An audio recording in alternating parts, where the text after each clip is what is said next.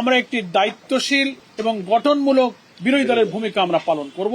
যে গঠনমূলক দেশকে স্থিতিশীল রেখে সরকারকে বিরোধিতার জায়গায় বিরোধিতা, সহযোগিতার জায়গায় সহযোগিতা করে বিরোধী দল একটা বৃহৎ ভূমিকা যে পালন করছে, এটা আমরা এই প্রথম দেখতে পাচ্ছি।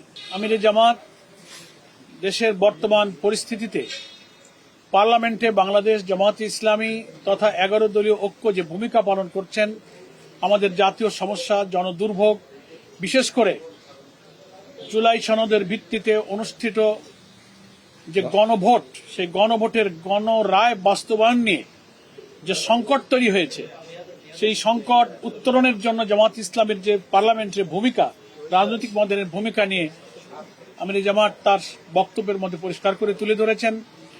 এবং সংসদে জামাত ইসলামীর বিরোধী দলের দায়িত্ব পালনের ক্ষেত্রে যে নীতি, যেটা তিনি পার্লামেন্টেও বলেন বাইরেও বলেন, সেটাও আজকে পুনরুল্লেখ করেছেন যে আমরা একটি দায়িত্বশীল এবং গঠনমূলক বিরোধী দলের ভূমিকা আমরা পালন করব।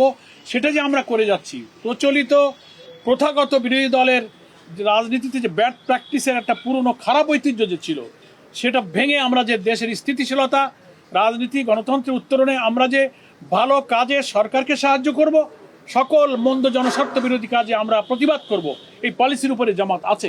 এটি সম্পাদকদেরকে ব্রিফ করা হয়েছে এবং সম্পাদকদের মধ্য থেকে জামাত ইসলামের এই পার্লামেন্টারি পলিসিকে অ্যাপ্রিসিয়েট করা হয়েছে।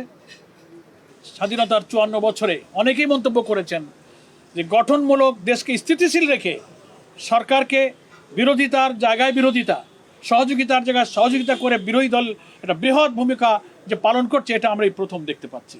এটা তারা প্রশংসা করেছেন এবং আমাদের আমিরে জামাত তাদেরকে কৃতজ্ঞতা জানিয়ে বলেছেন, আমরা সকল অন্যায়, গণবিরোধী, জনস্বার্থ বিরোধী কাজে আমরা সবসময় প্রতিবাদ জানিয়ে যাব। তবে আমার সেই বিরোধিতা প্রতিবাদ হবে নিয়মতান্ত্রিক এবং গঠনমূলক। এটা একটা আলোচনা হয়েছে। এরপরে বাংলাদেশি বিরাজমান রাজনৈতিক পরিস্থিতি, আন্তর্জাতিক পরিস্থিতি, ভূ রাজনৈতিক পরিস্থিতি, প্রতিবেশী দেশের সাথে সম্পর্ক, এগুলো নিয়ে সম্পাদকদের সাথে আমাদের আমিরে জামাতের প্রশ্নোত্তর মত বিনিময় হয়েছে। সেখানে জামাত ইসলামের যে পলিসি, আমাদের বিভিন্ন সময় আমিরে জামাত পাবলিক মিটিংয়ে পার্লামেন্টে বলে থাকেন, গতকালকে এখানে 11 দলীয় ঐক্যের সমাবেশে আলোচনা হয়েছে, যেটা মিডিয়াতে এসছে, সেগুলোই এখানে 11 দলীয় ঐক্যের শীর্ষ বৈঠকে সেগুলোই এখানে আলোচনা করা হয়েছে।